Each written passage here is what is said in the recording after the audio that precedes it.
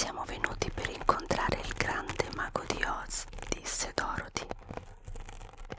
La guardia rimase sorpresa dalle parole della bambina, poi disse: sono anni che nessuno chiede di disturbare le sagge meditazioni di Oz.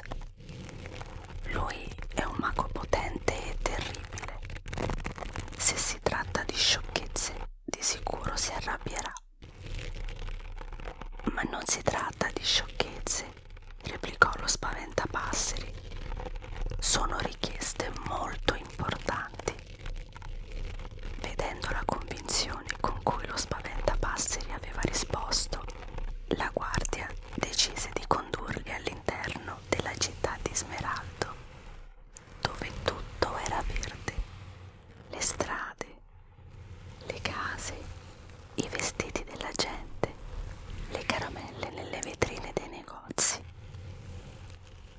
La guardia condusse il gruppetto fino al palazzo del grande mago di Oz e li fece accomodare in un grande e sontuoso salone, ricoperto di marmi e cristalli, ovviamente verdi.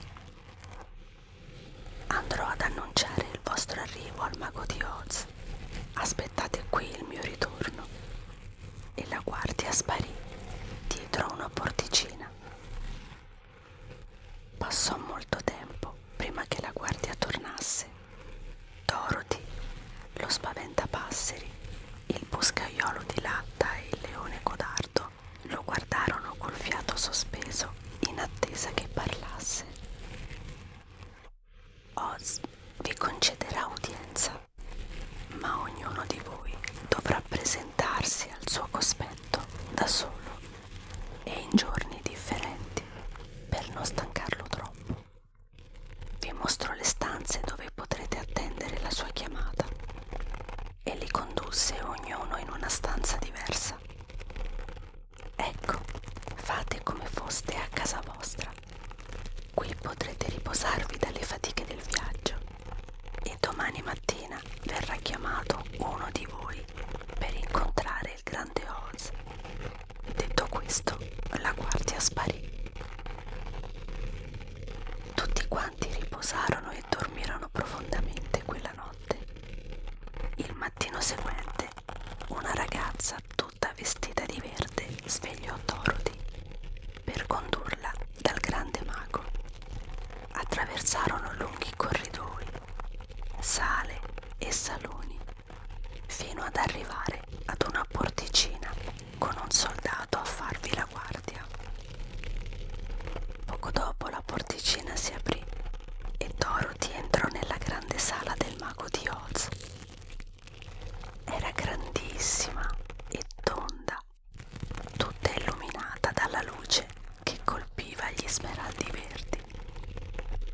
Al centro della stanza stava un enorme trono di marmo verde, con al di sopra un'enorme testa fluttuante che la fissava intensamente negli occhi. Io sono Oz, il grande e terribile. Tu chi sei e perché vuoi parlarmi? La voce profonda, ma per niente terribile, riempì la stanza. Io sono Dorothy e sono qui per chiederti aiuto. Sono arrivata per colpa di un tornado che ha fatto volare via la mia casa, che poi è atterrata sulla testa della strega cattiva dell'Est. E purtroppo l'ho uccisa, ma non volevo. Sono qui a chiedervi di farmi tornare a casa dai miei zii nel Kansas. L'enorme testa la guardò severa, poi parlò. Dove hai preso quelle scarpette d'argento e il segno che hai sulla fronte? Le scarpette le ho prese dalla strega cattiva dell'Est. Il bacio in fronte me l'ha dato la strega buona del Nord per proteggermi. La testa gigante rimase a lungo silenziosa e infine disse: se vuoi che io ti aiuti a tornare a casa dai tuoi zii, tu in cambio devi fare qualcosa per me: uccidere la strega cattiva dell'Ovest. Ma non posso, urlò Dorothy sconcertata. Non ho ucciso di proposito la strega cattiva dell'Est. E si mise a piangere e a singhiozzare. Così ho deciso. Finché la strega cattiva dell'Ovest non sarà morta, non presentarti al mio cospetto. E ora va, rispose con voce accesa il grande mago di Oz. Dorothy uscì dalla stanza triste e sconfortata e andò a piangere nella sua stanza. Il mattino seguente fu il turno dello spaventapasseri di incontrare il mago di Oz. Quando entrò nella grande sala, si ritrovò davanti una bellissima fata che stava seduta sul trono. Io sono Oz, il grande e terribile. Tu chi sei e perché vuoi parlarmi? Sono uno spaventapasseri, imbottito di paglia, e sono venuto qui a chiedervi un cervello per poter essere più intelligente. Posso esaudire il tuo desiderio solo se anche tu farai qualcosa in cambio per me. Uccidere la strega cattiva dell'Ovest furono le ultime parole della dama. Anche lo spaventapasseri uscì triste e demoralizzato dalla sala, per poi rinchiudersi nella sua stanza a meditare sul da farsi. Toccò quindi al boscaiolo di latta, che si trovò davanti, seduta sul trono, una belva feroce, con la testa di rinoceronte, il corpo di elefante, 5 braccia e 5 gambe. Io sono Oz, il grande e terribile. Tu chi sei e perché vuoi parlarmi? La voce potente come un ruggito riecheggiò per tutta la sala. Sono un boscaiolo e sono fatto di latta, perciò mi manca un cuore che sono venuto a chiedervi in dono, disse con un po' di timore. Se davvero desideri un cuore, devi guadagnartelo. Devi uccidere la strega cattiva dell'Ovest, ruggì la belva.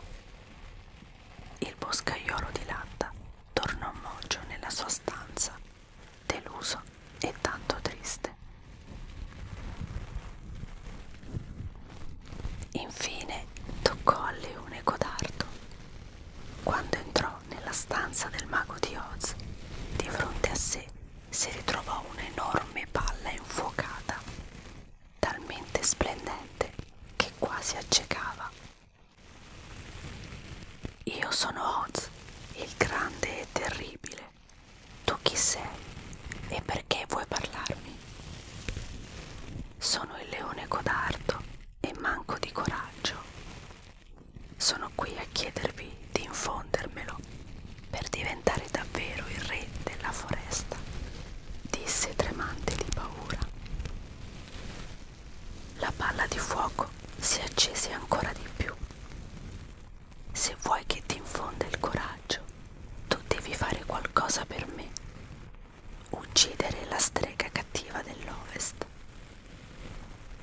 rispose diventando ancora più splendente e calda. Il leone, sconfortato, uscì dalla sala e si ritrovò finalmente con i suoi amici. Si confrontarono sul fatto che nessuno di loro aveva visto il mago di Oz con le stesse sembianze e conclusero che doveva essere proprio un grande mago per potersi trasformare in tutti quei modi. E ora cosa facciamo? Chiese Dorothy tutta triste. Non abbiamo scelta. Dobbiamo andare a uccidere la strega cattiva dell'Ovest, disse il leone. Tutti, a malincuore, furono d'accordo. Si rimisero quindi in viaggio.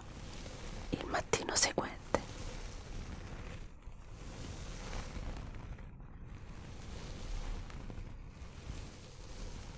l'episodio di oggi finisce qui. Domenica prossima arriverà la quinta parte. Siete ancora svegli?